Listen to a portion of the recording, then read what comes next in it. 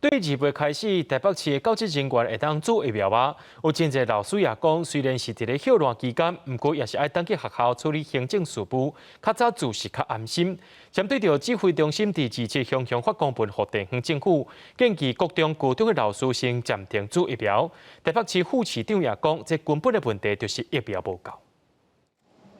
医生问诊确认民众的身体状况。台北市各中教职人员2月开始会使伫花圃注射站做疫苗。老师表示，休练期间较少接触学生，不过也是有需要去学校处理行政事务，接触到同事，即马较早做是较安心。就教师兼行政，所以都还是会上班。其实离开学还有1个月，其实陆续都也要有学生回去整理东西啊，或是备课方面要处理，所以越早打越安心。台北市副市长蔡炳坤讲，台北市有78间国中，7383个国中教职人员，早时8点到10点已经做1500人左右。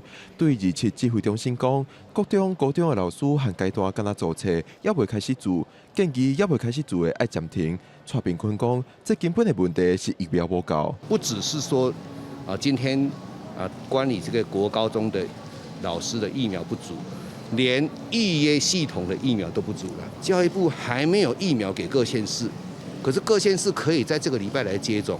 其实每一个县市都很用心。台北市卫生局表示，即摆是先用库存的疫苗来予遮的老师做，未来新的疫苗拨落来，会搁再予其他的民众来做。蔡炳坤讲，台北市的学校是托 A 机构，幼稚园、国小、国中、高中照排来做疫苗，高中的教职人员自高开始就会使来做疫苗啊。记者郭碧坤、郑派文台北报道。